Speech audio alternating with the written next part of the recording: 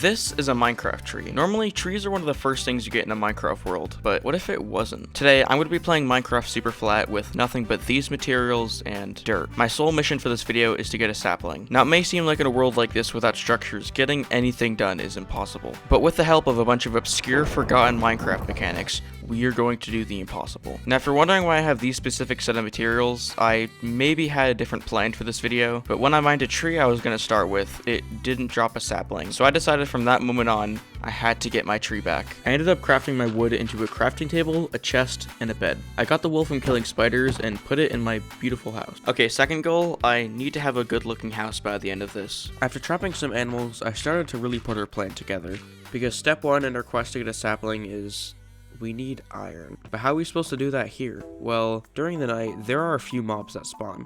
Each give us different drops that we can use for different things, but the one that we care about is the zombie. The zombie has a 2.5 or a 1 in 40 chance to drop iron, but in our case, we need 12 iron. We're gonna use this to craft a cauldron, a bucket, and an iron hoe, but this means we're gonna have to kill around 500 zombies to get the sufficient amount of iron. Oh, and have I mentioned that we have no weapons, tools, or food?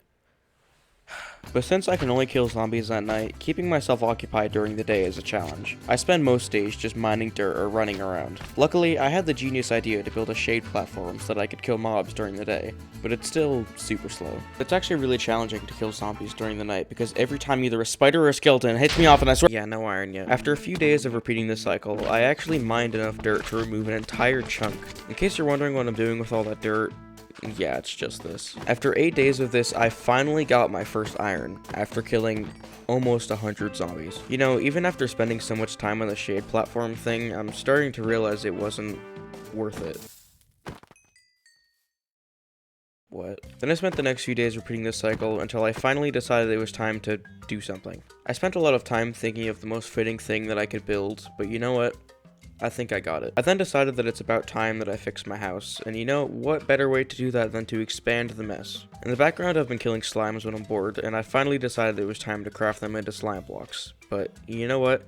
As weird as this house is coming along, I think it's fitting. After mining enough dirt to remove a second chunk, I finally got my third iron, followed by another the next night.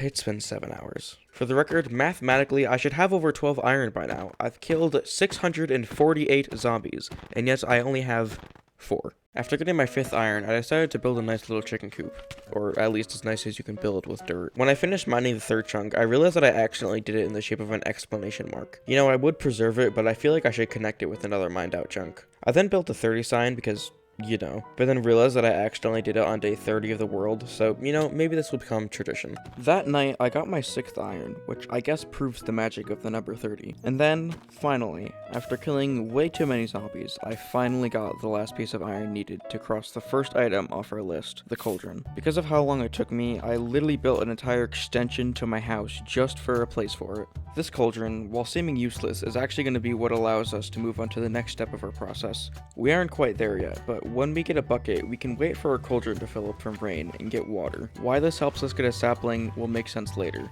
But while waiting for rain, I decided to do what I do best, killing zombies, which worked right away. By this point, I was super dedicated to getting these last 2 pieces of iron. Even when it started raining, I didn't even check on the cauldron, because all I could think about was zombies. Which again, paid off perfectly, as I got 3 iron in the span of 2 days. Oh, and don't even remind me of how many zombies I've killed. Finally, I got the last iron, and we could finally cross everything off our list. I instantly started preparing my base for the opportunities we have with us now. It may not seem like it, but this iron hoe will be life-changing. Have you ever killed an animal in Minecraft before? I haven't been able to do that, but now I can farm the carrots I've got from zombies to breed pigs, which will be a necessary part of getting a sapling later, but for now it means I can finally eat something other than rotten flesh. When it started raining again, I instantly went over to check my cauldron. I wasn't sure how much each rain cycle would fill it up, but by the end of it, it was filled to about a third. But with the hoe, I started farming wheat, because maybe we can breed cows later. They aren't needed for our sapling mission, but I guess I'll do anything to pass the time. I finished mining out the chunk to connect the 2 spaces, so I guess these chunks are just a part of my base now. After raining again and getting nothing, I finally decided it was time to start thinking about how my base was gonna look. It actually rained a few times while doing this, but each time it led with nothing.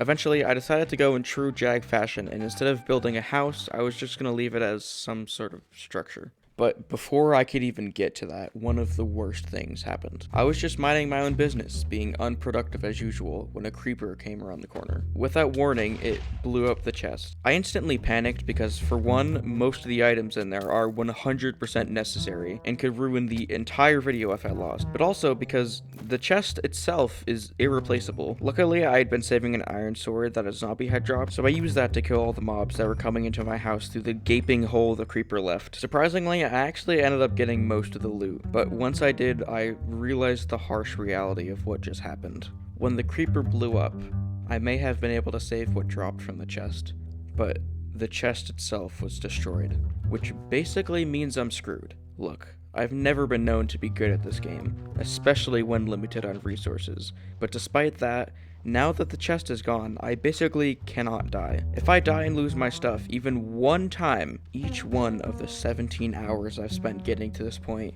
will be for nothing. No pressure or anything. In case you're wondering, no, I can't sleep, because if I do, it resets the weather cycle, which means no rain. Despite this, I still kept up my morale for rain. I got so bored to the point that I thought that building a sign would make it happen faster, which, ironically enough, I continued working on my base since I didn't really have much else to do.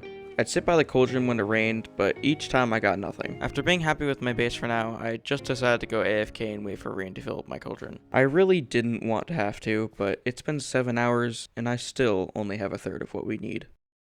Or should I say had. Finally, we had it. The first thing I did was finally give my crops some water, and then bred pigs for a while. I had an extra mined out chunk that I wasn't using, so I decided to fill it with water. And after that, it was finally time to move on to the next step in our process. Drowns. See, by making this little contraption and luring zombies in, they can drown, allowing us to kill drowns. Drowns have an 11% chance of dropping copper. This allows us to craft lightning rods, wait for thunder, and then strike pigs with lightning, which turns them into zombie pigmen. You heard me correctly. We will then be able to kill these, getting gold, and then using that with our apples to make golden apples. Again, the reason why we need this will make sense later, but we are finally close to getting a sapling. Since the chances of getting copper are so much higher, I had already gotten my first lightning rod 2 days later. I decided I was going to get 3 lightning rods to increase the chances of getting as many pigs as possible, which I got very quickly. After accidentally discovering that I could make mud now, I finally decided to place some blocks that weren't just dirt and slime. After thinking about it for a bit, I think our best option is to go AFK again. I could sit here for another 14 hours waiting for thunder, but I've practically done that already. Oh no. As soon as I started building over, I realized that I never actually thought about how I was going to kill the zombie pigmen. I was panicking and just started to punch them with my fist, but that was never going to work. I eventually scrambled to come up with this design where I can lure them in and hit their feet. Luckily, since zombie pigmen drop swords, I was able to use those to speed up the process, which thankfully worked. And when I brought everything to the crafting table, we ended up having more than enough. I covered up the lightning rods and then started out on one of the last things we need to do to get a sapling. As you probably know, one of the mobs that spawn during the night are zombie villagers. These mobs can be healed back into regular villagers using a golden apple and the weakness effect. As you know, we have a golden apple, but how could we get weakness? Well, that's where the witch comes in. As a defense, the witch will throw one of 4 potions at the player: harming, slowness, poison, or weakness. So if I can get a witch to throw a weakness potion at me, have it miss and hit the zombie villager, feed it our golden apple, and then wait for it to cure, then we can have ourselves a villager. Now, that is no easy task. Because we have no boats, the only method of keeping mobs from despawning is to make them pick up blocks. But not all zombie villagers pick up items. It's a random chance, so I have to find a zombie villager that can pick up an item and hope that there's a witch nearby so I can trap them. Now, I'm not exaggerating when I say that this took hours to happen, but finally, it did. Just then, I could see the outline of a witch behind a zombie. After having to lure the witch away and waiting all night, I finally had them together. Now, because I'm dumb, it may have taken me all day to get the witch to throw weakness, but eventually I got it. I killed the witch, waited for a bit, and then finally, it happened. Villager, I don't think you want to know what I went through to get you. I used my leftover gold to craft a golden pickaxe, and then moved my cauldron over to the villager, turning it into a leather worker. I then sold it some leather I got from cows. But now, we only have one more thing we need to do to get a sapling. You know, I've really enjoyed my time trying to get a sapling, but I think it's finally time we finish this. I made sure my base was fully done and ready, and then left in search of the last thing we need. I built up a little AFK chamber and then sat there. All we were waiting for now was a wandering trader. One of its trades is for a sapling, so now that we have emeralds, it's only a matter of time. Now, I could just cut to when one spawns, but I just like to mention, it took literal real-life days for one to spawn. While waiting, I think I saw it all. I saw about 5 pillager patrols spawn, a naturally occurring charged creeper, and still hadn't gotten a wandering trader to spawn. Mojang, why was it so necessary to make them this rare?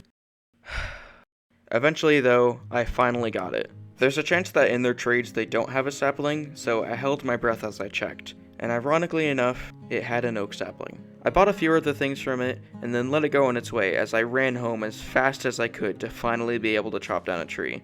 I used some bone meal, and then finally, there it was. Now, if you'd like for me to continue this world and do a part 2, let me know in the comments. This video took almost 10 months to make and put together, but there's still so much more potential for structureless superflat.